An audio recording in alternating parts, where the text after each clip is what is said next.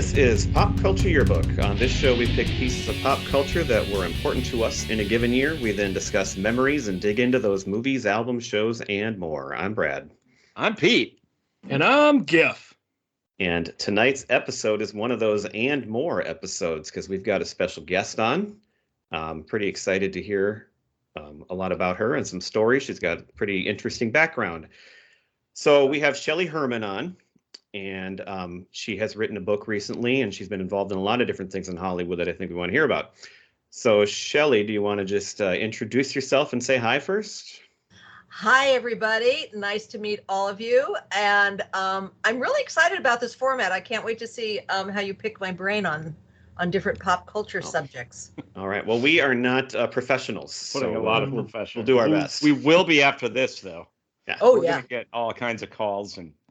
So the first question we're going to ask you, we ask every time we have any guest on for the first time, we ask, because we talk about our pop culture influences. So we want to know, what were some of your pop culture influences from your life that kind of helped get you into maybe what you like to do in Hollywood, or that just were important to you as a kid or growing up, whenever you want. So what are a couple things that stand out that you always go back to? Well, to put things kind of in the era, I was born in 1955. No way. So I kind of got the tail end of some of those classic old shows, but was young enough to start understanding that there was something really special about the Dick Van Dyke Show, let's say. Mm-hmm. I would, to this day, if I'm walking by a TV screen and the Dick Van Dyke Show is on, even though I probably have the episode memorized, I would say that was definitely a huge, huge influence. When I grew up in Calabasas, which is now like a very posh place to live, we didn't get a lot of television. And there were many nights when my dad would climb up on the roof and grab onto the antenna and like, yeah. Can you see the Addams Family now? Now? There'd be those kind of nights. And then I would babysit on Saturday nights, and I was obsessed with Mannix. Oh my gosh. And the first time I got to meet Mike Connors, he was such a gentleman and actually invited me to come down to the set and watch them film. It's the first time I was on the Paramount lot. So it was very exciting. And I've got to say, I was into the shows like That Girl, because that was kind of a unique story about just this girl who seemed to have like a fabulous apartment and an endless supply of clothes, and she really didn't earn any money living in New York. And I was fascinated how she could possibly pull that off. But she had a boyfriend. She didn't have a husband. She didn't have kids. She didn't have pearls around her neck. So I was very intrigued with seeing women like that, and like the Sally Rogers character on the Dick Van Dyke Show, independent women, doing what they love to do and getting paid for it. Mm-hmm. Right. I think this is the point where Gifford, you should probably tell her how I'm sure you just made a connection with her there, right, Giff? Yeah, so we have a running joke on this show because every time we talk about TV, Gifford is kind of left out sometimes. So growing up in rural Minnesota, southwest Minnesota, I only got two stations coming over the antenna. That was ABC and CBS. We also got PBS, I guess. But we have you on the name of your book, My Peacock Tale, and of course it's about your time with NBC. So I hate to say that growing up as a young man until I got to college, couldn't watch NBC unless I went over to one of these guys' place and watched it on their tube. So didn't even know NBC existed. I have a confession to make for you too. We didn't get NBC very well either, and to this day, I have never seen a Star Trek episode. Why is it always NBC? Whoa. Yeah, Never what is with one. NBC? It's just strange. No, Really? and even while I was working there in some of the glory years, just because I was working so hard and people didn't have videotape machines, I never saw Little House on the Prairie. I never saw Chips. And I mean, I know how to reference them and I know what they're about, but I've never seen a whole episode all the way through. Yeah, By Little the way, House on the Prairie was one of my staples. That was definitely one that we got. We're glad you brought that up because that actually took place a short drive from where we all grew up. That's true. So Little House very on the Prairie, famously. Walnut Grove, Yep. Minnesota. There you go. Laura it actually Ingalls took- Wilder, she mentions our hometown of Tyler in 3 of her books. Did you know that? I did. That's why I Anyway. wanted to do the show. Yeah, excellent. Yes. She Just did her couldn't wait to homework. get on. So they actually shot Little House out in Simi Valley, California. It's Yeah, probably about yeah. a 30-mile drive. And they actually still give like little tours of the area that were some of the sets were Little House. It's enduring to this day. All of the rolling hills that you see in the mountains, nope, none of that. It's all flat prairie, Right. Yeah. There's much. yeah, all cornfields. No, not a whole lot going on for topography. that's right. All right, so your book, as Gifford alluded to, is called My Peacock Tale, and in the previews that we read, it's described as a playful mix of Sex and the City and Mad Men, and I thought that was a pretty interesting description. So we'd like to hear about the book, why you wrote it, what's in it, and how it kind of fits into that description, because it's very intriguing. Well, I had started working on a one-man show for my husband, who's an actor, Randall Carver. You guys might know him from the first season of Taxi. He was the character John Burns on Taxi. Oh. Quick, get on the internet, look him up. Yeah, we'll have to look. And he was going back to his high school reunion, and they asked him to do a presentation. So I was writing up a little something, and then the pandemic hit. The reunion was canceled. And I was kind of in a writing mood, and we were all stuck at home. So we got on Zoom. And I started reaching out to some of the people that I had worked with at NBC 40 plus years ago. And we all started telling stories and laughing and just really living this wonderful time of our lives. It was kind of like a fraternity or a sorority that you might be with, where, you know, you always have each other's backs. You were in the trenches together. And people kept saying, somebody should write a book. Somebody should write a book. And I thought only smart people wrote books. So I hadn't really considered doing it until we were stuck in our homes for so long. And it was really remarkable because, well, there's 2 people in particular who both knew Freddie Prinze, 2 pages, Maggie and Linda. And Maggie had her wonderful, pristine story about, you know, playing backgammon with Freddie and going out with her mom and Freddie to a restaurant. And then my friend Linda had kind of the darker side of Freddie. And she was with him the night that he killed himself. So there was the 2 stories coming together. These 2 women had never talked about it before until I kind of brought them together. And it brought up a lot for them, but it also helped them process that time in their lives. I have a story about Donald Trump that I met Donald Trump. And then my friend Courtney said, oh, you don't know what happened after you left. Oh, Go on. he had a whole other story about what was going on there. So again, 2 pieces of the same event came together.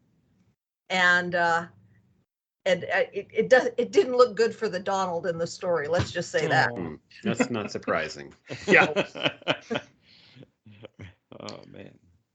All right, and the book is relatively new, right? Like it was just in the last couple of months it came out? It came out officially May 1st. May 1st. And it's available on Amazon and through Bear Manor Media. And a week later, I got into a car accident and took a nap for a little while, woke up and was kind of sore and bruised and stuff. So I thought, well, that's a heck of a way to start a book launch. So it stalled for 2 weeks, and then we got going again with it. And, letting people know that it's out there. To me, it's a fun read. We alluded to the madman aspect of it because it is set in the 70s. And a lot of things that took place back then are things they could never get away with in a corporate environment now. Right. And the sex part, I think, is pretty self-explanatory because it was funny. I was checking out a Trader Joe's today, and I always carry my book with me. It was in my bag, and the guy asked about it. He goes, "Yeah, I bet there was a lot of cocaine there." And I went, "No, this was before cocaine." Predates cocaine. It was kind of more like end of Quaaludes before cocaine era. And so it was a different time. And I was very naive, and I was thrown into this, behind the looking glass situation. And I fancied myself to be a bit of a liberated woman. And I had some dalliances, some that went well, some that were disastrous, which are detailed in the book. But I've changed the names because I didn't want their wives or children to know about it. Sure. Yeah. There are some stories. Break some stories here on Pop Culture Yearbook. We could break some news here. That would be fantastic for our ratings. In the book, I'm kidding. Some of your stories are real names, though, right? Well, I do mention McLean Stevenson in the book by name because where I grew up in Calabasas, if you can remember the opening credits of MASH, Against Those Mountains with the helicopters flying, that was about 5 miles from my house. So it made sense that, McLean Stevenson would be in the neighborhood. But on this particular night, I was sitting at a Sambo's restaurant. I don't think they have them anymore. It was a coffee shop, kind of like a Denny's or, just a local place to get coffee, 24-hour. And a friend of mine and I were sitting there working on a script, and in comes McLean Stevenson, and he's escorted by 2 highway patrol officers because he'd been a bit overserved and was driving home. Mm-hmm. So the police were kind enough back in the day to say, just sit at the counter, drink a bunch of coffee, sober up, and then be on your merry way. So while my friends and I were all sitting around the table talking, I showed them my brand new mood ring. And McLean is like, what are you guys talking about? And I'm like, well, gee, Mr. Stevenson, you put this ring on and it tells you what your mood is. And he put it on, and because he, had several cups of coffee by this point, it immediately went to the color that represented horny. Oh, wow, sure. So he looked at me and he says, I'm obviously passionately in love with you. Will you go back to my apartment with me? And I said, I will not go back to your apartment with you unless we're married. Okay, so by now it's like 1 or 2 in the morning at Sambo's. So he says, will you marry me? And I said, of course I will. So I went into the ladies' room and I made a bouquet out of toilet paper and a dress out of toilet paper and fixed up my hair. And my friend Julie was the waitress there. So she was my maid of honor. And I walked out covered in, a big white toilet paper doily coming out. We had the head chef marry us because, like a captain of the ship. I'm sure a head chef at Sambo's can marry people. Yep, that's international ground. Got a styrofoam cup and stepped on it at the end like in a Jewish ceremony, and it was all said and done. He gave me a really icky kiss. It was horrible. So we're laughing and laughing and laughing, but he's still like, hey, baby, come back to my apartment with me. Of course. And, now it's getting later and later. And then he came in with what I think he must have thought was his surefire line. And he goes, I'm hosting the Tonight Show tomorrow night. Would you like to come down and see the show? And all the people in Sambo's were like, yeah, we want to see the show. So there's about 5 of us all went down in a car, saw the Tonight Show. McLean just kind of went, hi, when he saw us there. Right. And then it wouldn't be for like 6 months later until I would get my page job. And I carried that little mood ring around in my blazer. And I would see him in the hallways because he was doing a sitcom at the time, the McLean Stevenson Show. And one day I caught his eye, holding the ring up, fixing my hair or whatever. And he just was like, oh, she's there. Oh, okay. But I decided I'd made a acquaintance with McLean. That was a showbiz contact. So I would sit in the bleachers and watch them tape and try to learn everything that I could. And then one day he invited me up to his office. I should say they came and got me. They said, McLean needs to see you. So as a page, maybe he needed me to take an envelope someplace, get tickets for a friend. I didn't know what it was. And I went up there and I jokingly had said to him, don't worry about anything. I got a divorce at Taco Bell. We're fine. Don't worry. Because I'm trying to sell myself as a comedy writer here to this guy. And sure enough, he was one of those guys that had the little button under the desk. Oh, and the door closed. Oh boy. Well, a sophisticated woman might have reacted a bit differently than I did. I laughed my ass off. And he's like, "What's so funny? What's so funny?" And I'm like, "Oh my gosh. I mean, you're such a masher and you're on MASH and I feel like I'm like Doris Day and you were on the Doris Day show." And I just was laughing. And he didn't take that as a sign of affection and he got a little bit physical. And I managed to get away and ran down to the Page Lounge, and my supervisor comforted me. And he says, "Oh gosh, don't worry about McLean. He does that to all the girls." Well, that's okay then. Boys will be boys. Yeah. Well, and then I started getting pissed off at all the other girls, thinking I wasn't special. I mean, this is like the kind of mind games that these kind of things play on young girls. Mm-hmm. Yeah. So you get into being a page at NBC. At what age are you at this point? And is it just like any other job that you go to interview for? There's an opening and you throw an application on the pile? Well, I wish it were that easy. At the time I got the job, I was 20 years old and I was still in college. Now you have to go online to apply. You have to have at least a Bachelor of Arts or Bachelor of Science degree. They say they get about 16,000 applications a year. Mm-hmm. About 2% of those people get to the next level of being interviewed. And this is after making a video, sending in your resume and your CV. But the nice thing is if you're in one of the states, in the Midwest someplace, and you think like, how can I ever get to New York or LA for an interview? If NBC is interested in you, they'll fly you all expense paid to New York or LA for the interview. Now, with all that said, it's estimated that it's easier to get into Harvard than to become an NBC page. And that's now, but how about when when I did it, it was still tough to get in, but I knew somebody in a weird way. A bunch of us girls who worked at Sears in the junior bazaar department, we all piled in a car and we went to Vegas for the weekend to go see Elvis. Nice. One of the girls' dads scored some tickets, and he was a TV repairman for Elvis. And I just kept thinking how many TVs he must have repaired from Elvis shooting out the TVs. Mm-hmm. Talk about job security. So we went there and we, teased up our hair and wore our hot pants and tried to look real old. And we got it. We got ringside seats to see Elvis. Wow. In Vegas. And it was just when he was getting a little heavy, but he was sweating a lot. And he would wear a scarf around his neck, pat his forehead a little bit. And then the women at the edge of the stage would come and get the scarf from him. And I had never really been an Elvis fan. I was always like the Beatles because I thought, maybe one of the Beatles would marry me or something. But then when I saw Elvis in person, and the Austin Butler movie is spot on with how it was at the Hilton.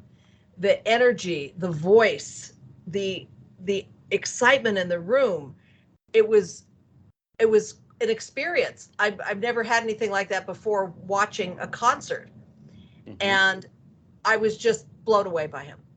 So at the end of the concert, 3 of the girls went off to go have a lot of fun in Vegas. And I detailed what happened to one of them, which is a freaking hysterical story in the book.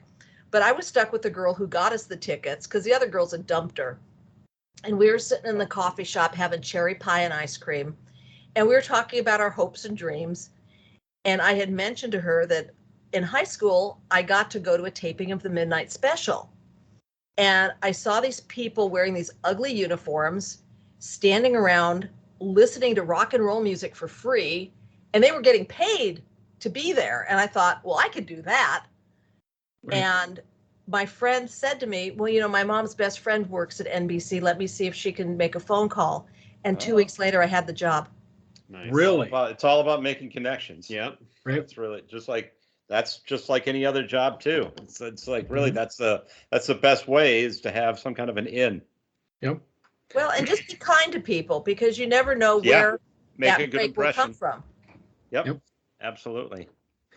So the cover of your book has Johnny Carson on it. We don't have a lot of Hollywood types on this show, but if we do, they tend to have a tie-in with Johnny Carson. We had Fritz Coleman on as well. Do you have any, highlights from being around Johnny, or any of the great guests that he had on over the years? Johnny who? No. Yeah, exactly. Yeah. No, I could have written one book alone about my experiences with Johnny. I had mentioned I'd gone to Midnight Special. Mm-hmm. The way I got into that in high school is because Johnny's son Corey. We're gonna have to do a chart on this one. Johnny's son Corey was living at the home of Shelley Cohen, and Shelley was one of the musical directors at the Tonight Show. There was Doc Severinsen. And then if Doc was ill, then Tommy Newsom took over. And if Tommy couldn't do it, then Shelley Cohen did it. Okay. So when the Tonight Show moved out to LA in 1972, Corey Carson came with the Cohen family because Ed McMahon, Johnny, and Shelley are the only three people that were with the Tonight Show since it started October 1st, 1962.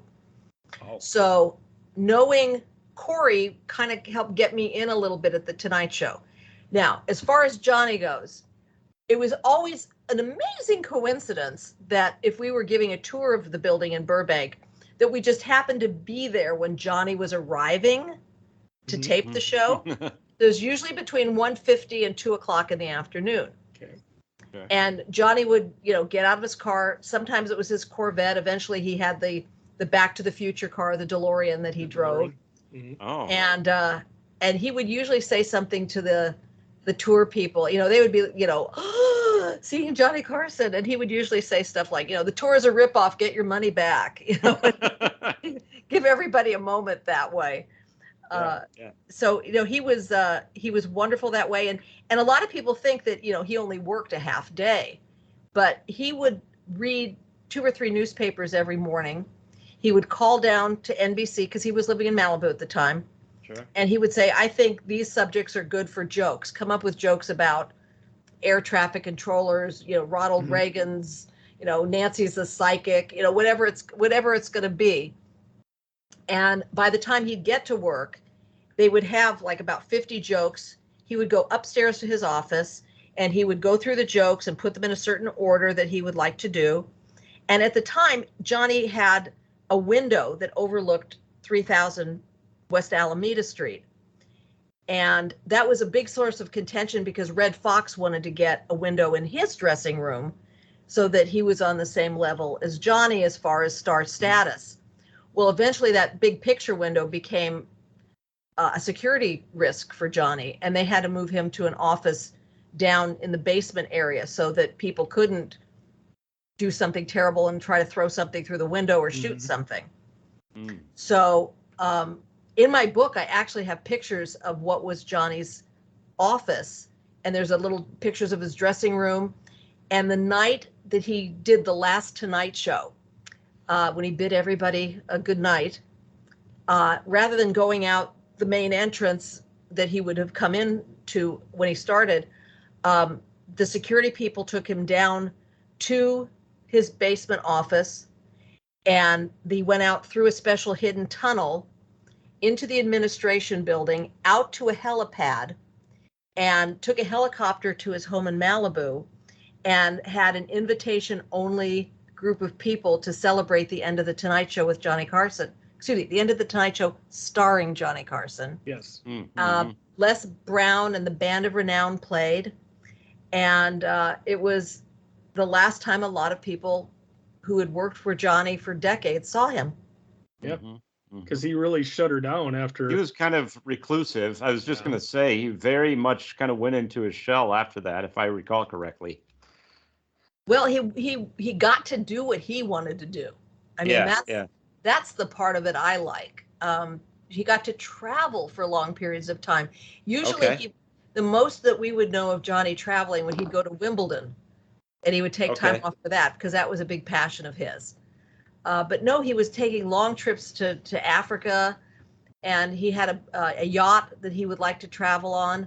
So, for a man who was America's nightlight for so long, who, Right. a lot of people don't even remember Johnny Carson. And this is a man who did a 90-minute show when it first started 5 nights a week. And he got us through the Kennedy assassinations and Martin Luther King and Vietnam and just all of these life-altering, cataclysmic events that were going on. And at the end of the night, Johnny still told some jokes and got us through it and made everybody feel like everything was going to be okay. Yeah, he was everybody's security blanket, kind of, the peace at the end of your day. Yeah. Right after hearing all the bad news on the 10 o'clock news, for us it's 10 o'clock, but yeah, it was comfort TV, like I referred to some other similar stars. Letterman is one that I think of as being in that same vein, but yeah, he would comfort you before you'd go to bed at night. Well, Johnny used to fax jokes to Letterman. Right. Long after Johnny was off the air. Yeah. I think Johnny would have preferred Letterman to get the job that Leno got. Am I correct about that? I only know what I read, but I think part of the disappointment of everything was by the time the whole Leno Letterman thing was going on, Johnny owned the Tonight Show starring Johnny Carson. And David had kind of been put kind of in the batter's box, and he was next up. And that was promised to Johnny also, because Johnny would have owned Dave's show also. Oh. So emotionally, it's one thing to not have Dave get the job. You feel very betrayed by a company you've given your life to. But financially also, Johnny would have stood to benefit quite a bit had it gone to Dave. And, not to say anything disparaging about Jay, but, Jay went out and worked the affiliates and met people and shook hands and kissed babies. And he was a wonderful late night personality. Again, wasn't going to stir the pot too much, make everybody feel good. And then the whole thing with Conan started, and then they went back to Jay. So, I mean, just when you think like you've been victorious and that you're being respected, they pull that kind of stuff on you.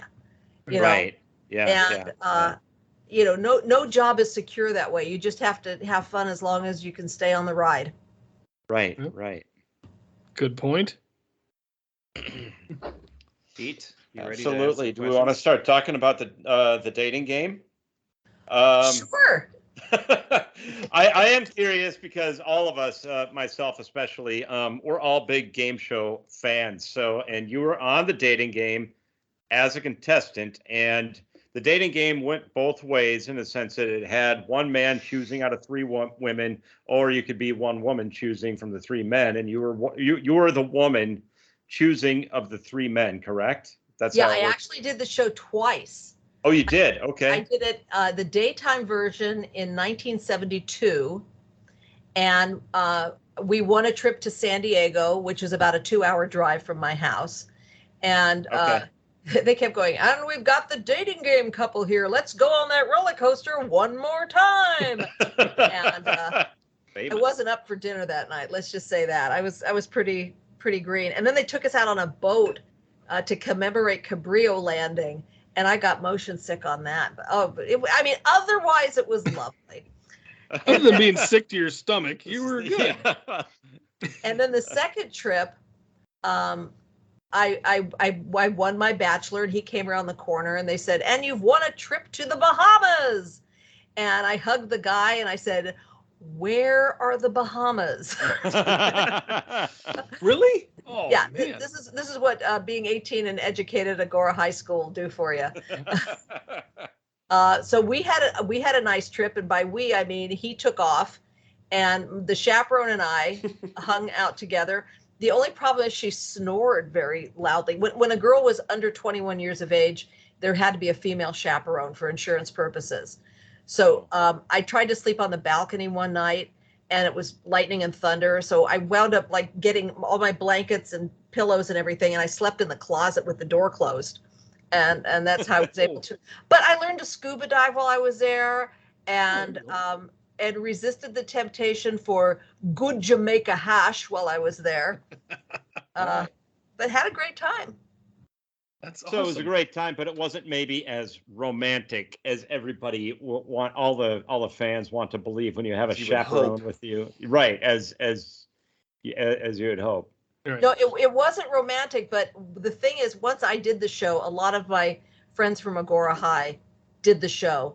And in some instances, my friend George O'Hanlon did the show, and his date wasn't available to go on the date, so he got to take his own girlfriend on the date.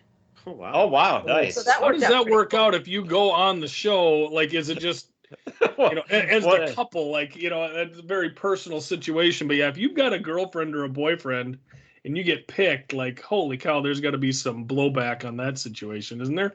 Well, there is and there isn't, because if in George's case, he was also a member of the Screen Actors Guild. So by going on Dating Game, he got a little bit of money for being on the show too. Sure. Okay. So that's why you'll see so many actors. I mean, you could look on. I'm sure there's YouTube sites with here's all Arnold Schwarzenegger, Andy Kaufman, John Ritter, Yeah. Farrah Fawcett, Reynolds. I mean, a lot of people would go on. I mean, Adam West was on. Was he really? The Dating Game? Yes. Holy cow. Did you ever know of anybody who actually did form like a connection, even if for a short time through the game? Oh, there's several couples that Really? actually got married, and there's couples on the Newlywed Game that are still married. I did a documentary for ABC that was on in May called The Game Show, and they actually found a couple that have been married 50 years that were my on the God. Newlywed Wow. Game. Yeah. So it can That's happen. cool. Yeah, I always kind of wondered about that game if there was like an annulment judge waiting, alongside, because some of those couples didn't do so hot on Yeah, the it's just gonna say, Newlywed Game. how many divorces happened as a result of that show? Yeah. Well, It's a little rough. I give a lot of praise to Chuck Barris, because even though he didn't create the Newlywed Game, he created what made the Newlywed Game popular. And he's the one that said, well, let's twist the questions a little bit. Let's not, what's their favorite meal you cook for your husband? Let's talk about making whoopee. That was a big thing on that show. I That's use one of that all Gifford's the favorite time on here. phrases. Yeah. Well, but also like with Match Game, when it first started out back in New York in the old black and white days, it was also one of those questions like, how many times a day does your husband sneeze? It was like stupid questions. Oh boy. But then they got comedy writers to start writing the fill in the blank questions. And one of the writers was even from Mad Magazine. So you see where it took like a quick, quirky little turn there. Yeah. And that's what made it so successful. That, and of course, what a lot of people don't understand, some people just think game shows are just a bunch of people show up and you do, and the host makes up all those questions. Shows are carefully cast. I mean, if you think of something like Match Game, the first seat was usually somebody that guest starred on his own show, or a comic or something, but nobody that was like a regular guy on a show, but somebody that was familiar to home audiences. Then you had Brett, because you knew you'd get a good joke and good laugh out of her. Charles would be a little bit irreverent. Then on the bottom row would be what they call the bimbo seat, which was the ditzy woman who, you knew she wouldn't come through with an answer, but Gene could have fun with her. Sure. Richard was always like, come on, Richard, come through for us. He could do it. And then last of course, seat. he'd get to sit by the bimbo. That's perfect. Of course. Every time. Of course. Yep. And then the last seat was usually like Betty White or Betty Fannie White, Flagg, or somebody that could, bring it on home. And if it was a tie, break the tie and get the right answer. Mhm. Right. And then the contestants would have to have nice dimples. Oh, yes, they would. Famous line there. Can you imagine him getting away with all that lecherous stuff now? Oh, Yeah. God. Yeah.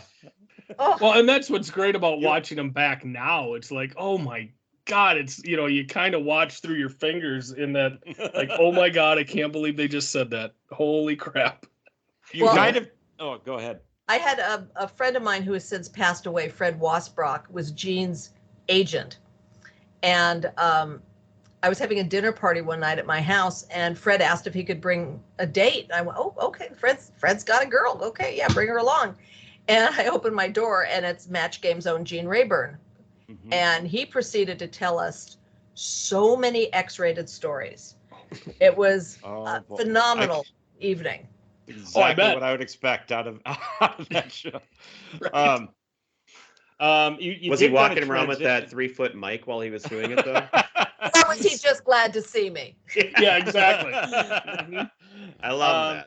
You did kind of transition. You segued into a couple of my next questions. So you actually were a writer on at least a couple of shows. I've got Supermarket Sweep and Hollywood Squares.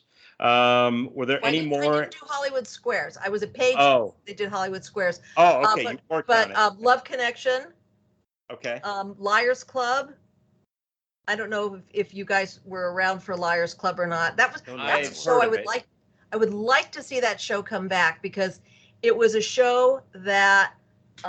Here, wait a minute. I'll do something. I'll play Liars Club with you for just a moment. Oh, let's do Sweet. that. Yes. Let's play a game. We love games. This is awesome. Okay. Here we go. Okay, so the premise of Liars Club is there would be an object, and it was 4 celebrities, and the show was hosted by Alan Ludden. And Oh, that 4 was celebrities Betty White's would tell husband, right? Betty White's husband, Yes. and I can go into more of that later too. And 4 celebrities would tell a story about an object, and it was up to the contestants to try to figure out what the correct story was. So here's the little conceit that we gave to it. Every time we told a celebrity what the object was, we said, it really is, you've got the right object. So really sell the story. And, we would have ridiculous things, but people would put their heart into it and make the contestants believe that's what it was. So with that said, and I know you guys probably know what this is, I probably don't have to tell you that this, being big fans of Disney, probably, maybe as a kid, did your parents ever take you to Disneyland? Yes. Okay. I've not been, Did but you- they have been. Did you get to do the submarine ride when you were a kid? Oh, yeah. I did do that with you, Pete. There, Yeah. we went. There's a Or no- 20,000 Leagues ride. I think so, yeah. But then they actually had multiple They had a 20,000 Leagues Under the Sea ride, and then there was also, it was like a yellow submarine kind of thing that they had. I think it was the same one that they had revamped or Well, something. on the at West some Coast, point. on the West Coast of the original Disneyland, they just had a gray submarine, and we would. Oh, maybe that's what I'm thinking. Okay. Okay, so that's what this could be. Or could it be back in the olden days of TV when people didn't have 70-foot TV inch screens, Mhm. that they had to use something to magnify the image in black and white? So this is Oh. something that you'd place, there's a little stand on it, Yep. and you'd place it in front of the TV, and it would magnify the TV so that everybody could gather around and watch the Honeymooners or Love That Bob or whatever they were watching. Mr. Heckles had one of Oh. those in his apartment when the friends cleaned it out. Oh, then you might know what this is, don't you? Unless I'm making that up because I saw that episode. Mhm. Oh. So that's your choice. It's either that I got this at an auction that Disney was having to get rid of their submarine glass, or it's a Mr. Heckles prop. TV From- magnifying. Yeah. Okay. Brad, what do you think? So I just want to say for the people listening, it looks kind of like the screen of an older tube TV, but it has filled with water that's sloshing Yep. around. So just to picture it, I'm gonna go And with actually, it's not water in there. It's actually mineral oil. okay. I'm gonna Oh, go with okay. the first one. The You're submarine. going with the Disney submarine from the 1950s from Disneyland. Yep, that's what I'm going with. I Oh, can never. Yep. I agree with Brad. I don't remember the magnifying screen not being just a concave, like, piece of glass. I Okay. always have to be the odd man out, so I'm gonna go with the screen thing. Okay, now this is the part where Alan Ludden would do the reveal, and he would say, this was used to magnify old black and white TV screen. Really? Gee, Gifford, you threw me Yeah. off. Now remember on Friends, at Mr. Heckles' house, when Joey would stand in front? Monica was standing in front of it. Yeah, when she stood in front, and then Joey's junk looked big.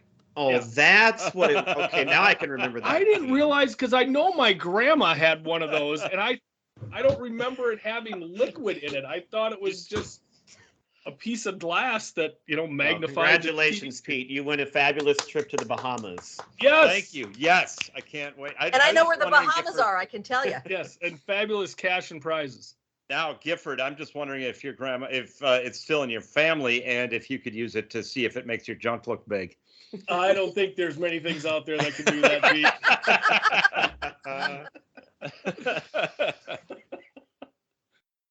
All right. So what you talked a little bit about it in the sense that a lot of people think it's a game show is just kind of thrown together, but it's really carefully crafted. Talk about a day in the life of a game show writer, like what that would be, what that would look like. I always think about it because my favorite game show is Jeopardy, and I think about that a lot, like how how much that must go into the research and the questions and how the questions are organized and the wording has to be just right because and it does happen occasionally, but to make sure that there's only one right answer on a lot of them, just that kind of thing always amazes me.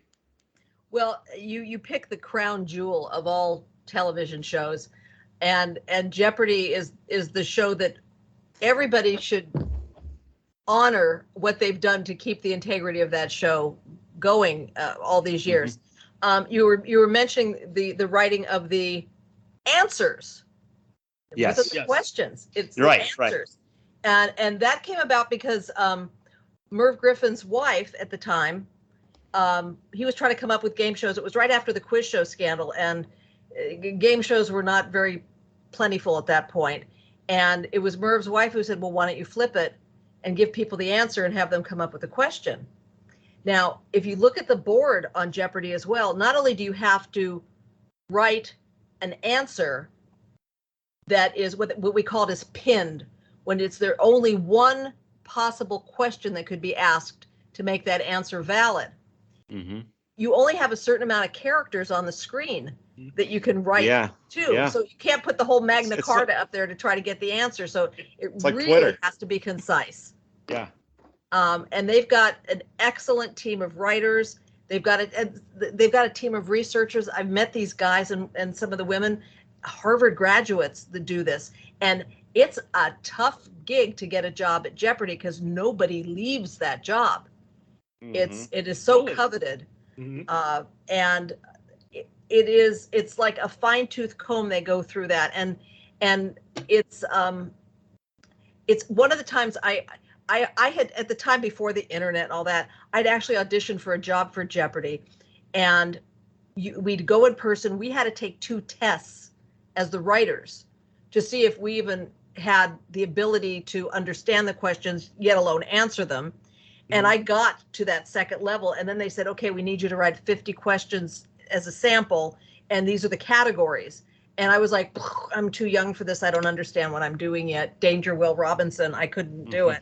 Mm-hmm. And as a writer too, you're also given a certain quotas of how many questions a day you're supposed to write for a show. So you can't ponder too long on how to do these things. Mm-hmm. And if you guys are like totally into game shows, which I'm sensing you are. Oh yeah. Start saving your pennies, gas up the car, stop the paper from coming to the house, because in 2025, there is going to be an addition to the Strong National Museum of Play in Rochester, New York, that is going to be devoted exclusively to television game shows. Oh man, I'm there. Really? Now, you should go there anyway right now because the place is awesome. It's got every toy you ever had as a kid or toy your parents would never buy you. And they have new inductees every year, correct? Yep. Oh yeah. Yeah, they just I've been there. Up. We were actually there a couple of years ago. We took a trip. We drove out to Niagara Falls, and that was one of the stops that we did.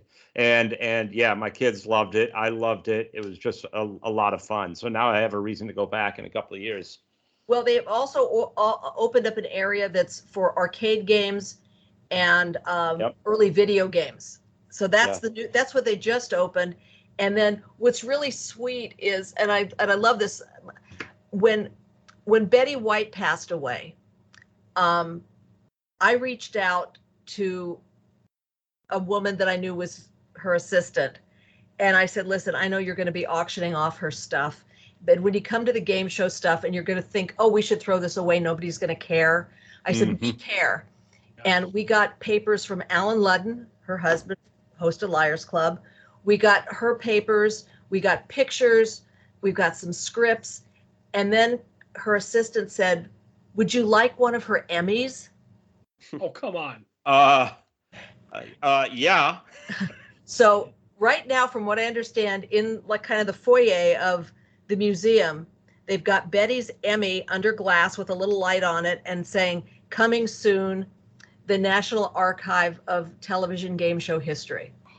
Wow. And that's what's being used to let people know it's on its way. That's amazing.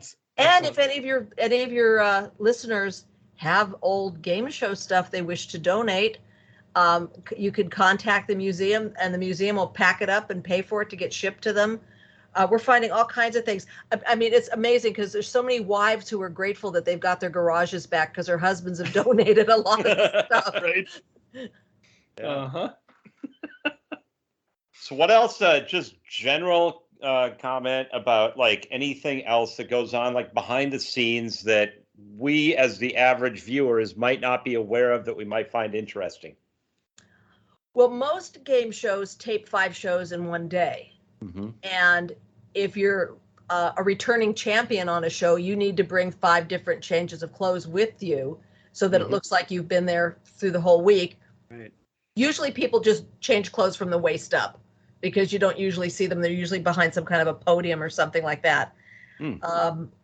So that's one little secret. That's another little secret. This was a backstage thing that happened. While I was giving a tour at NBC Burbank, one of the pages ran up to me and she said, quick, Chuck Barris needs you. I'm taking over your tour. I was like, okay, I'll go. And because I knew Chuck and the boys from having done the dating game, I said, what's wrong? What's up? And he says, stand right here. And when this curtain opens, walk through the curtain. You'll know what to do and then sure enough, the music starts up and I'm like, what? Huh? What's going on? And Chuck, and I was standing with a lot of other women from NBC. And he comes out and he says, these are the women from NBC. They do a fine job here. Girls, introduce yourselves. So the other girls all start shaking hands with each other. Like we know each other, but we're shaking hands like we're introducing ourselves to each other. Not announcing our names to the audience. And Chuck just kind of gave me like a little impish smile for pulling that on me. But that was lovely. I mean, and that was a fun show to hang around. Yeah. Yeah, I always kind of wondered, like with like shows like the dating game, where do the talent people to go to get those contestants that you get in all the time? You said like you had a bunch of your friends from your high school who then went on after you had been on. Like I always wondered, other than like you said, you got actors who will come on and do stuff, but like, do you just go to the mall and look for people? Do people like come to you and say we want to be on? There were several people I know who were recruiters. Okay. And this was also like when I did Love Connection also. And to this day, there's a woman, Beverly Pomerantz. Bev is hysterical. She will, if there's people at a supermarket and she'll go, you guys look like a cute couple. I'm doing a couples game show.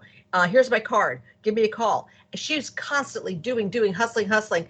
But like for the Love Connection show, they'd go to bars and they'd pick up people. They would go to malls. They would go to places where the demographic of who they were looking for would hang. Mm-hmm. Yeah. And there later became a rule that you could only do 3 game shows in 10 years. So you had to kind of pick and choose who you're going to use, and save your smart people for the smart shows and your pretty people for the pretty shows.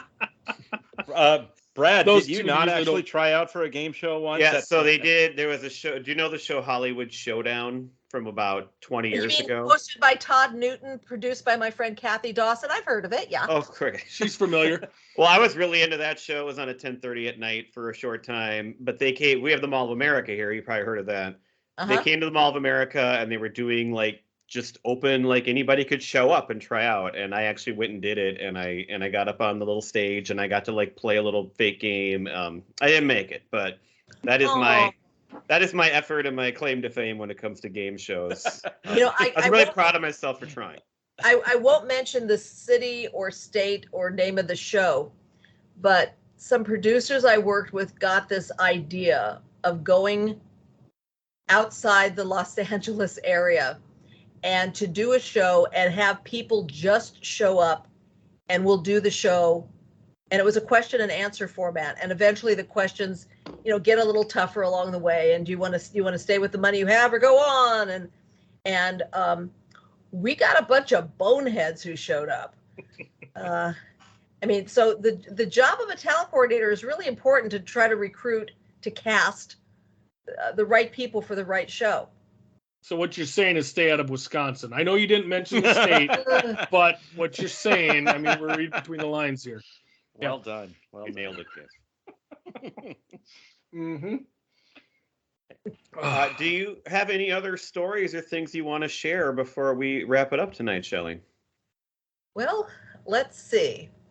I'll tell this story because a lot of people are asking me I'm sorry, boys, I've done other podcasts. Yes. And they're asking me like how to get in showbiz, what's your advice, that kind of stuff. Mm-hmm. And I say that if you really, really want a job, try to make it so people want to meet you rather than have to meet you for the interview. Mm-hmm. And case in point, I think the chapter in the book is called My Lucy Ricardo Thinking Cap, because I wanted to meet Dick Ebersol. And at the time, he and Lorne Michaels were the two young Turks, and they got Saturday Night Live on the air, and Dick was an executive with NBC. And I went up to his office many times in Burbank, and I said, can I have a meeting? And they, no, the secretary wouldn't give me a meeting. And, she was only doing her job. It's just a little puny page trying to, get an interview. And one night I was driving home and it was pouring rain and I'm listening to talk radio and the host says, and our next guest is Dick Ebersol. So I'm like, I get off the freeway and I got a fistful of quarters and I started shoving them into a payphone. And I told the call screener that, I wanted to ask like some stupid question about Gilda Radner or something like that. And they put me on the air and I said, hi, my name is Shelley Herman and I'm a page at NBC Burbank and your secretary won't set an appointment for me to meet you. So could you promise me right now on the air, right here and now, that you will see me? And he said, yes. There you go. That's so, well done. As Lou Grant would say to Mary Richards, I had spunk. There you go. And I got my meeting with him, became, I don't want to say friends with him, but at the time he was married to the woman before Vanna White, who used to be the letter turner on Wheel of Fortune, Susan Stafford. And went to their home for dinner, and it turned into a lovely, nice showbiz connection that way. So make yourself stand out in a way that you're not annoying or somebody who's worthy of a restraining order. That rules Gifford out. I was gonna say that's my milieu right there. Yeah. Ooh, another big word. And then the other thing is, again, the guy that I was at Trader Joe's with earlier today that saw the book, and I said to him, I said, this was a dream of mine to write a book. And he goes, I wish I could even dream. Oh, no. Oh, no. We have a little technical difficulty here. Oh, she's back. I think we got her back. You back. cut out there for a Sorry, second. you froze up during the word dream just for a second there. Yes. And then George Clooney finished. Oh, perfect. Did you get all that, boys? It was a great story, yes. Yep. Uh-huh. Yada, yada, yada. Uh-huh. I mentioned the bisque. All right, so it's the book is called My Peacock Tale. You should all go buy it. You can get it anywhere, right? I can get it at Amazon, or I can come to your house and read it to you. Okay. Well, I might take you up on that. You could come visit Minnesota. Yeah, and also I have to say, it's as much as it's about showbiz, there's some little racy stories in there too. So you don't want to give it to your daughters to read right away. Did you have it? Have you? So you haven't written any other books then, right? This was your first book. No, but I've actually got a second book. Oh, it's okay. Is in the works. All right. Because I had so much fun writing this one. I mean, writing it's fun. It's the other parts that are tedious. Yeah. But is that book going to be similar topic, or are you going a different direction, or? It'll be a showbiz book. It won't involve the pages, who to this day are my dear friends. There's about 12 of us that still hang with each other. We go to movies together. We watch award shows together. We celebrate our birthdays together. It's quite a close group of people, and I would just encourage anyone, if they want to try to be a page, it'll be one of the best experiences of your life. In fact, awesome. She's going to include a whole chapter in the book about this time that she was on a podcast with 3 really awesome guys. No, before you sign off, and I know you will. We talked before the tape was rolling here about we have a Mark Summers doppelganger here. Yes. That's a stretch, but we'll have to put the side-by-side picture on our Twitter account. Brad. Okay, you're in charge of that one, Pete. Okay. I think you should have a vote, and also Mark Summers from the right era. Mm-hmm. That We'll have to get the old picture. Maybe I'll have to. It'll have to be a picture without my glasses, probably. Yes. Maybe that looks a little more like. And maybe with some slime on you, maybe. Yeah, I could do that. Mark Summers, it wouldn't be the first time. Yes. No, I think that if he ever needed a double, for Secret Service protection or something, you could fill that position. There you go. Yeah, I look forward to it. All right. Well, this book sounds great. I'm going to be checking out your second book when it comes out too. This was I think we all had a great time. Thank you so much for coming on. This was really fun, and we really appreciate your time. I wish it was just us. Sounds like you've been hitting other podcasts, and I feel a little bit, like we had a thing here, but I guess I guess we have to share you. We can't blame her for having her history. I know. But now she's committed. This is the first time I've done a 3-way, so does that matter? Nice. All right, well. Take that. We'll take well, which one of us are you kicking out of that 3-way? Well, I was going to say, this is like the dating game, right? You got to pick one, and that one of us. No, I think she already picked you, Mark Summers. So. Yes, that's right. Yeah, we already got our winner on that one, Pete. All right, we're going to the Bahamas. Let's go. All right. Well, Shelley, your book, it sounds great. Your stories are great. You have a great personality. It's wonderful talking to you. Thank you so much for coming on with us. And I'd love to have you back again some other time. Yeah. Anytime, fellas. Yes. Awesome. All right. Thank you. Thank you. Thanks. All right, guys. That was a pretty awesome little interview we just did there, right? What'd you think of Shelley Herman? That was one of the best guests we've ever, probably the best guest that we've ever had. All due respect to Johnny Mulcairn. Well, geez, I mean, we've had some good ones, and to Fritz and Weezy and Brian Colburn, and I mean, so on. I mean, I don't want to put anybody down, so don't do that to me. Your point is, she was fantastic. She was fantastic. She was great stories, great background, and stuff right up her alley. I just love how it tied together with our very first ever episode. And if you haven't listened to our very first episode, it's just me and Pete. You don't have to listen to Gifford. It could be good or bad for you. That's a selling point. Yes. Well, it could be. It just got a million go either way. Episode. Right. 3 hours. One of our topics was game shows, and Pete picked 4 game shows, and we watched them and talked about them. It was fantastic. I did want to ask her, but I didn't want to offend her. Pete, do you remember the Wheel of Fortune episode we watched? It wasn't Vanna, and that woman was just awful at turning the letters. I thought. And I wondered if that was the same one, or if there was like another one in between, or not. I think that I'm guessing it is. I mean, she's a nice lady. She just. There was just something off about that performance that day. It was, it was just one clip that I had found, and so it was probably the first ever episode of Wheel of Fortune. For all I know, it might have been. Well, no, because she said that the Wheel of Fortune was originally called something Showcase. I thought that was the working title for it, but it never actually launched as that title. That's what I gathered. But and plus it was just the 70s style and everything, right? And so you're laughing at the whole scene altogether. So what I really want to know is I would like to talk to Shelley on August tomorrow, basically, and find out what kind of bump is coming in book sales. From, Oh yeah, from coming on and all. Well, all our and I fans. have been reading all about it, but I'm going to read that book. I'm excited for it. Mhm.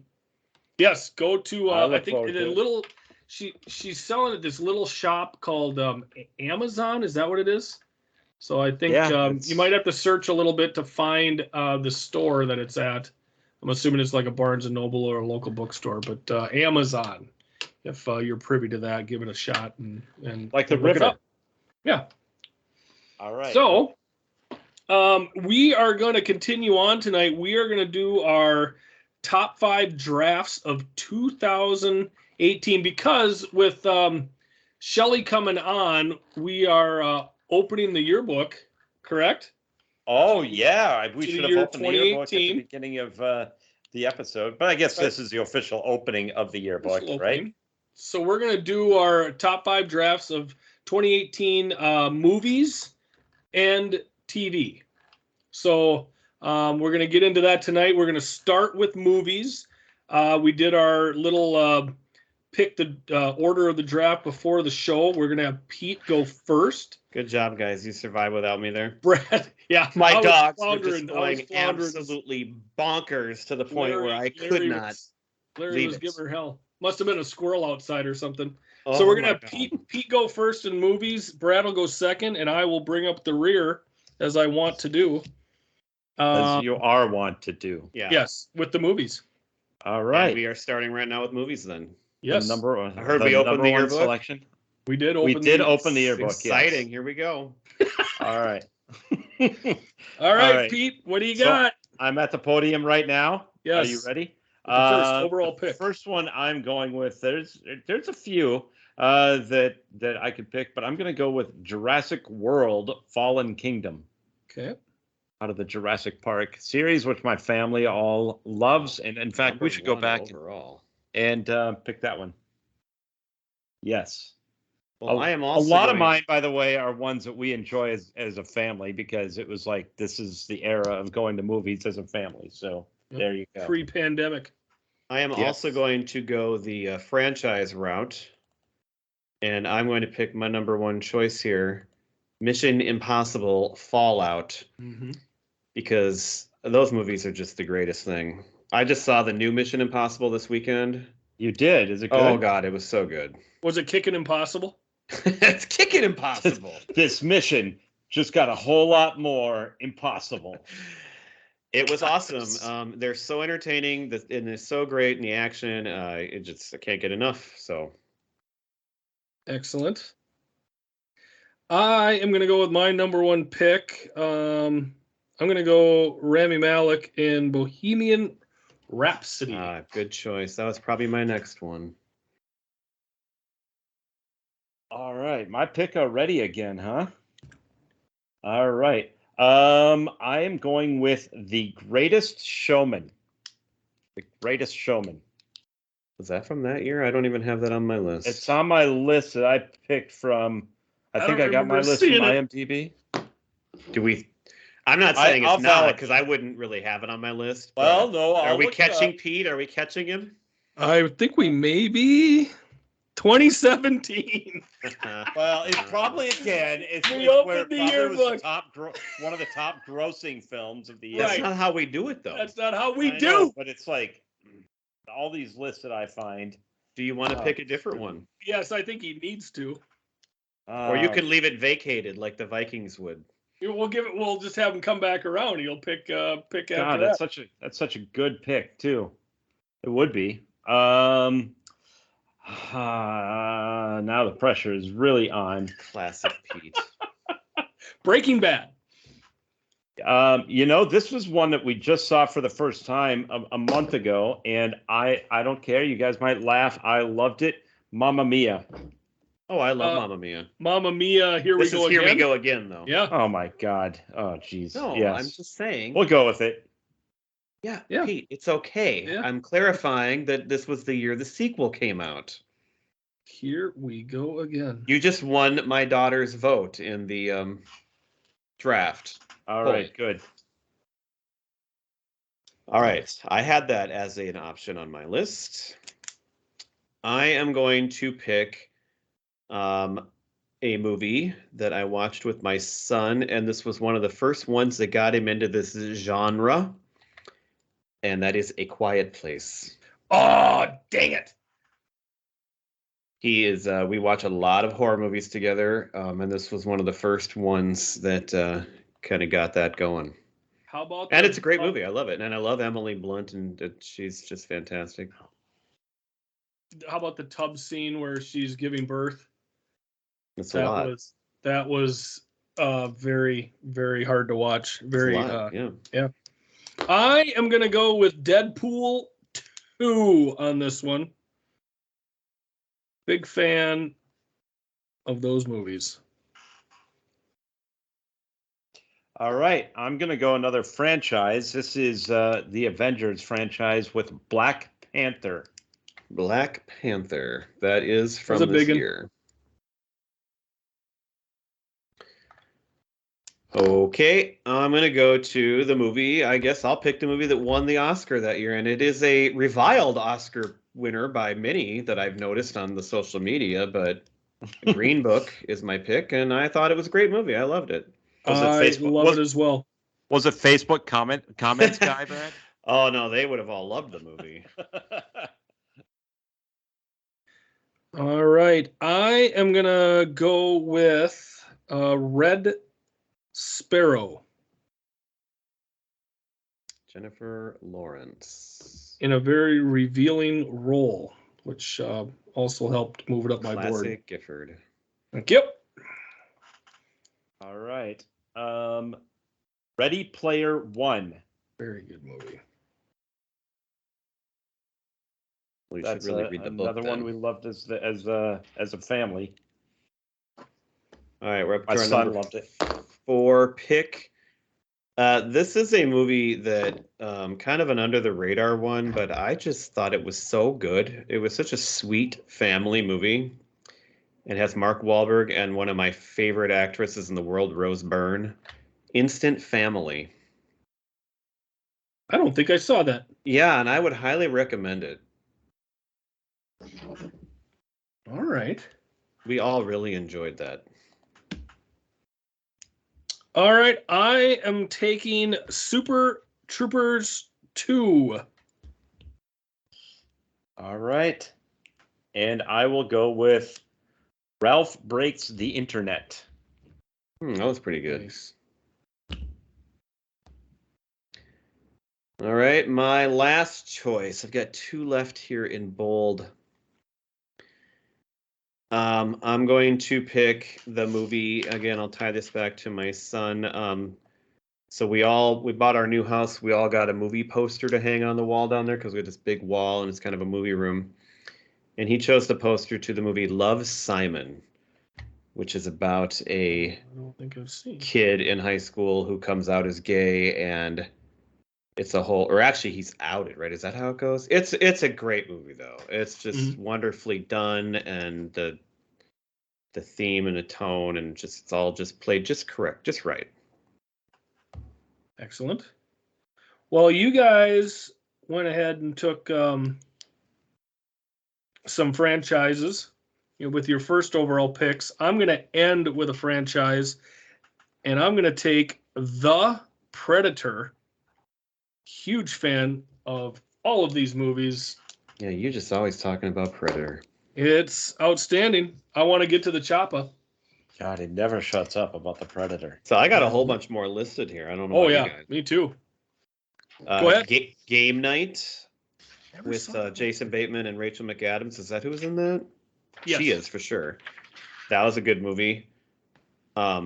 There was a movie called Blockers with Leslie Mann and John Cena, and they're parents blocking their dog. That's another really good one that was kind of a surprise small movie. Yep. There was a movie called Tag with John Hamm and Gal Gadot. That was pretty fun. Actually, I really enjoyed. No.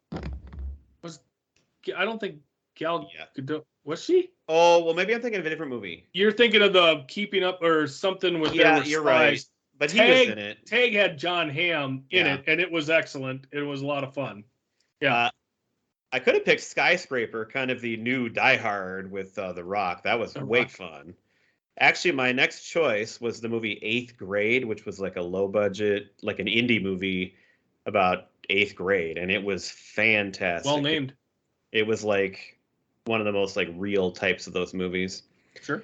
A Simple Favor with Blake Lively came out that year, and Anna Kendrick. Anna Kendrick. Yep.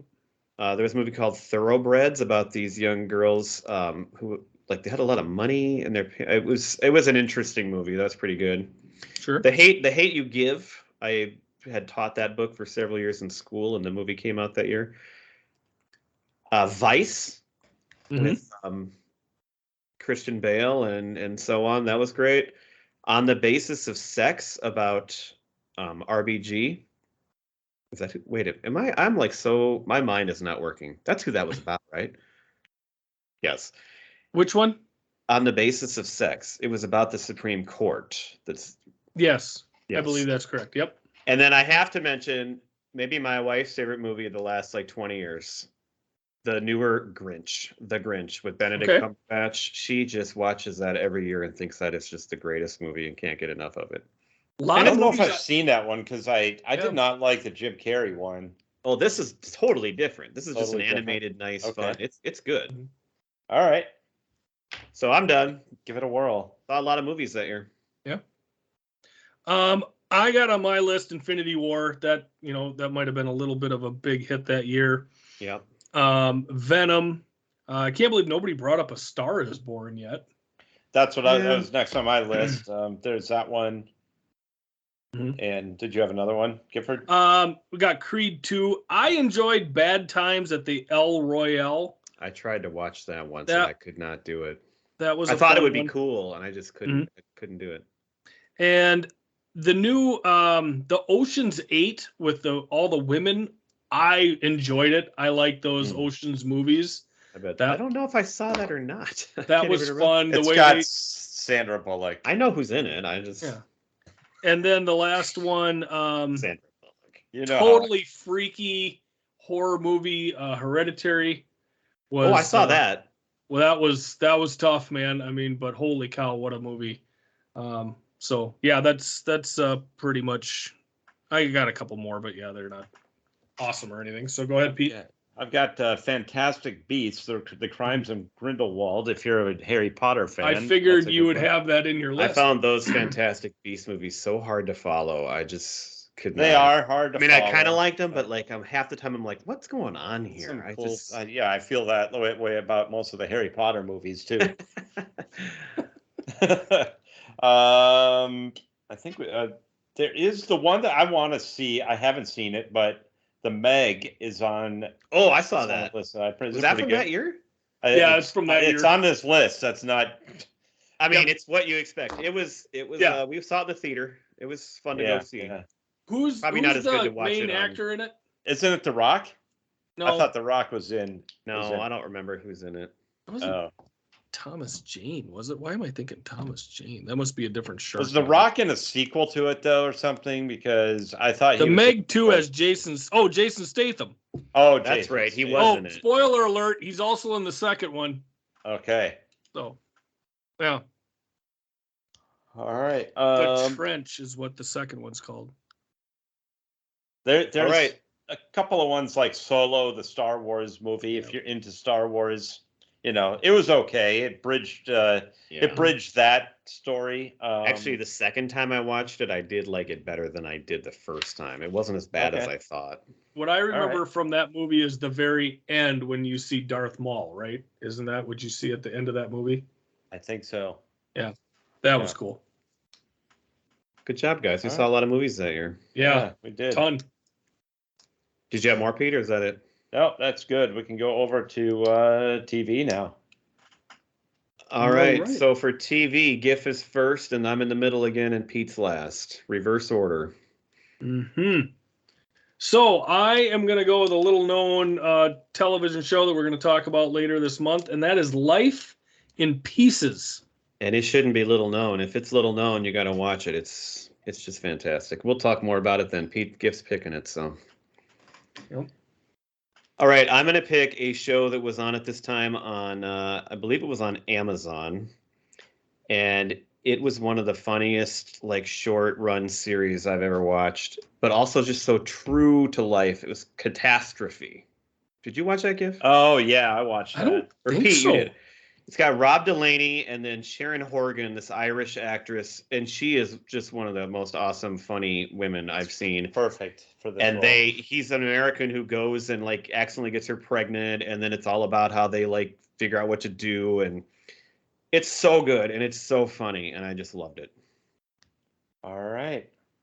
My pick, I'm going to go with Jack Ryan with John Krasinski. Awesome, awesome show. If you like the action. And John Krasinski, he should be a bigger action star because he is, you don't think of him if you watch The Office. You don't think of him as an action star, but he's a totally different guy, and he was awesome. Yeah, and I didn't watch it in 2018, and I have not watched the latest season that just came out, but I haven't have either. watched the subsequent ones. Excellent show. I'm gonna go ahead and take my number 2 pick as Schitt's Creek. Good choice. Can't go wrong.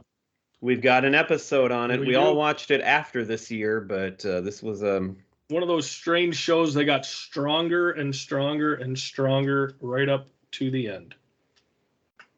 so about a year and a half ago, we had our episode on Schitt's Creek. It's great. Mhm.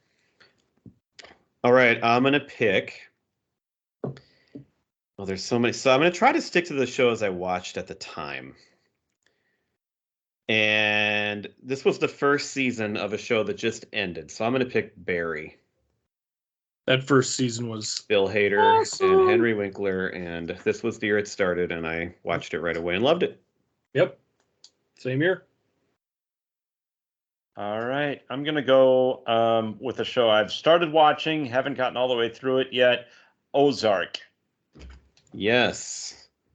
So we watched that in 2020 and then on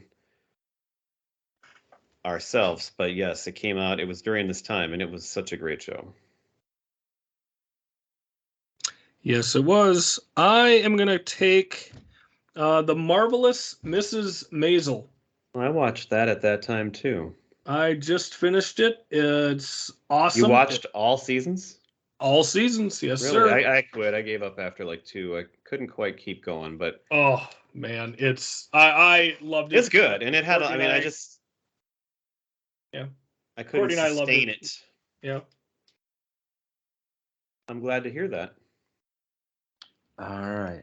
All right, another show. It's my turn, Pete. Shut your mouth. I know. I don't know why you haven't picked this yet. I'm gonna snipe this one from you because I know you probably want it. I'm gonna pick Cobra Kai. Oh, good one. Yep.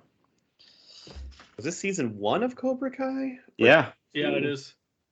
So So- Pete didn't pick either Schitt's I Creek should have because that picked was that. his pick for when we did Schitt's Creek, Yeah. right? And Yep. he didn't pick Cobra Kai, which we will be talking about later on Pete's behalf here, as that was his pick for this month. Correct. And my next pick is Black Mirror. I like the show. I don't know if you guys have ever seen it, but it's I sort of watched like Twilight some Zone. of the first season. I've seen some of the episodes. I've watched all, and Pete, you know that 4 or 5 more came out this year. Yeah, I there's did new hear ones. that. Yeah. And you don't have to watch it in succession. It's all individual stories. Right. So it's like you don't have to worry about like what seasons or whatever that you've watched. Do I want to it's- bring up the fact that there wasn't a season of Black Mirror in 2018?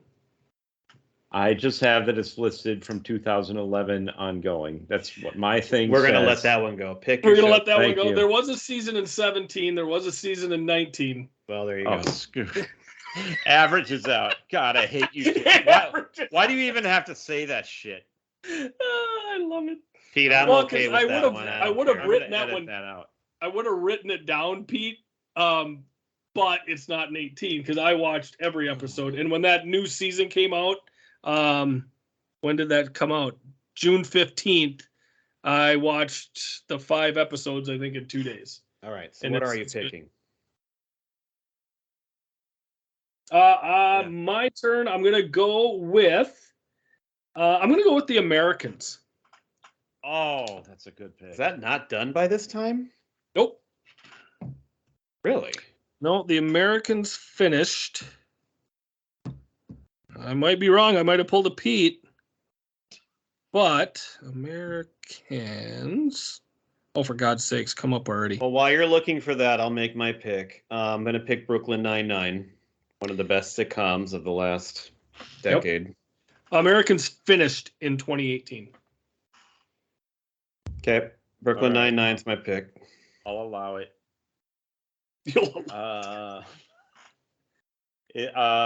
Better Call Saul. Shit. That was my next pick. Very good. Are you just picking that, Pete? Have you watched it? I've watched most of it. I haven't gotten all the way through that one yet either, but I've watched enough of it. All right. Shoot, that was going to be my last pick, Pete. All right. I've got two that were, I believe, on HBO. And they're just one season, although the second one, I think, has a follow-up. I'm going to go with Sharp Objects. Oh, Amy I did Adams. not like that show very much. Oh, man, the end of that. Whew, boy, that was a good one. That was, I watched it all, and I love Gone Girl and Gillian Flynn, but I don't know. It's just kind of an ugly show. Didn't love it. Didn't love it? I'm going to pick, God, I got several left I could pick that are good ones. I'm going to pick one that my wife and I watched together and loved. So I could pick the one I watched, but I'm going to pick the one we watched together. And on Netflix, the show Atypical was on at this time, and that is such a wonderful show. One of Courtney's favorites. Such a feel-good, just great show. Yeah. Take it home, Pete. I'll finish it off with The Big Bang Theory. Is that the last season? No, I've got 2019 is what my thing says is the last season. Okay. It could have been 2018 to 19. Yep. But yeah, it just says it ended in 2019. Okay. So the other show that I was going to pick, I don't think either one of you probably watched, but it was on FX, You're the Worst. I watched some of that. Yeah. I really liked that show. At the end here, it was a little bit, but the first couple seasons were really fun. A very different, couple interesting characters. Another Netflix show with the girl that played Britta on Community, Love, was a really fun show. Yep. Another HBO show, Crashing, about the Pete Holmes. He was a stand-up comedian. I got to recommend it to you guys. That show was just fantastic. He is so interesting and funny, and he's like this straight-laced, like Christian guy. So it's not maybe what you expect about a stand-up. It's hilarious. But isn't he is it like couch surfing type stuff? Like, well, yeah, because he's yeah. So he's very poor. Yeah. Yellowstone was around at this time already. I had that down. Mm-hmm. Gifford, you talked about Pete picking things. You were going to pick The Good Place for this month, and then you didn't even put it in your top 5. I didn't put it in my top 5. Nope. I had it Succession. highlighted. Yeah, I'm watching Succession right now. That started in 2018. Good Girls. I loved that show for a long time. It was on NBC. Giff, you probably didn't see it. Okay. And AP Bio had a couple short seasons, and that was a pretty fun show with one of the guys from Always Sunny in Philadelphia. That was the rest of mine. Pete, you got anything else? No, I was kind of stretching towards the end there, so I'm good. I got one season of The Bodyguard. I thought was pretty good. Also, Dancing with the Stars. I watched both seasons in this year. And also SNL. Watching. Oh yeah, you can always use that. Good choice. Yep. That pretty much everything I got. So we're not drafting music, but did you guys even look at it? No, I did not. What did you have? I just wanted to throw out 2 albums. That's it. That's all I got. Okay. So one of my favorite bands is The Vaccines, and they had an album from that year. But the one that would be kind of well known is Casey Musgrave's Golden Hour, won a whole bunch of awards. And And I love Casey Musgraves. I brought her up before, and this was kind of her peak of just. It wasn't actually my favorite album of her first three, but it got all the awards and was considered just one of the greatest things ever. Okay. So that's all I had. I couldn't even come up with more. Gifford, Wow. do you know who my pick would be if we were drafting music? My guess is Preacher Row. You got it. How'd you know? I don't know. It's maybe it's the end of the episode. I don't know. You always that's lay right. it out so well. Maybe I know you so well, Pete. That's right. Yeah. Yep. All right, would thanks do again well. to Shelley Herman for being on. It was a great time we had with her, and here we go, 2018. Let's get it done, boys. Gifford, you and I would do well on the Newlywed Game. We I'm would. just saying. Let's kick ass. All right. Bye. Thanks for listening. Bye.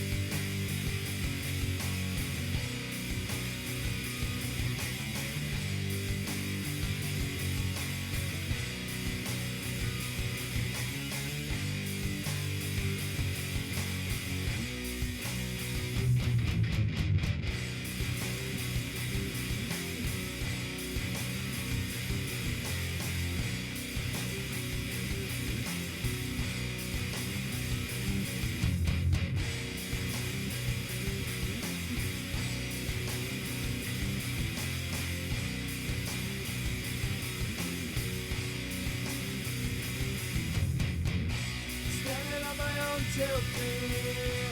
No one's here to comfort me. Sorry for what I have done. Sorry that your son is gone.